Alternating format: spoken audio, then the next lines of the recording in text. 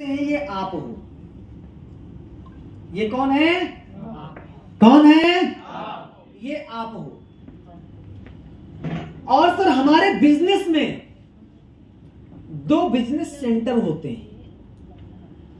क्या बोला?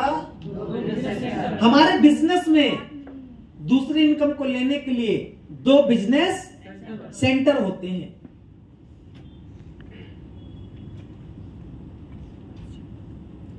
ए और बी। इसको SAO बोलते हैं और इसको SGO बोलते हैं। ये नहीं भी लिखते हैं तो भी कोई दिक्कत नहीं। कोई पूछ ले SAO क्या है तो घबराना मत, फार्मूला लिखा हुआ याद कर लेना, फुल फॉर्म लिखा है याद कर लेना, sales achievement organisation, sales growth organisation. तो ए और बी लिख सकते हो। हमने क्या बोला सर, हमारे बिजनेस में ये आप होते हैं और आपके दो बिजनेस सेंटर होते हैं, पहला ए और दूसरा बी। मैंने आपको भी क्या बताया, सामने वाले को आप प्लान क्या दिखा रहे हो कोई मैटर नहीं करता, क्योंकि उसको कुछ पता नहीं है। आप कुछ भी बोलो, बस फटाफट बोल के खत्म करो, बस फॉर्मेलिटी पूरी करनी है बस, और कुछ नहीं करना है। Plan is only formality. Sale तो फेस और फेथ पर आती है। किस पर आती है? फेस और।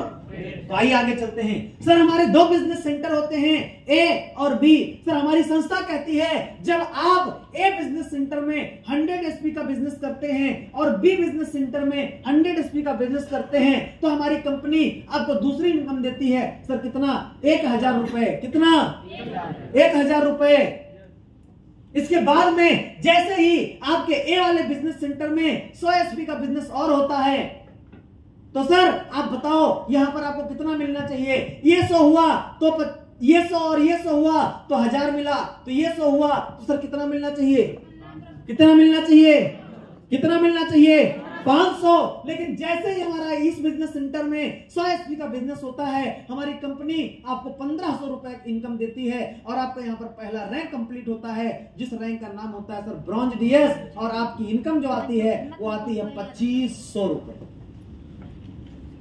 अब वो यहीं से हो गया कंफ्यूज, 2500 मिलेगा बहुत कम। वो यहीं से हो गया कंफ्यूज। कंफ्यूज का मतलब क्या हो गया? अब उसको यहां से कुछ समझ में नहीं आएगा और हमें समझाने की जरूरत भी नहीं। उसके समझ में आना हो गया बंद। क्या आपको आया था समझ में पहली बार?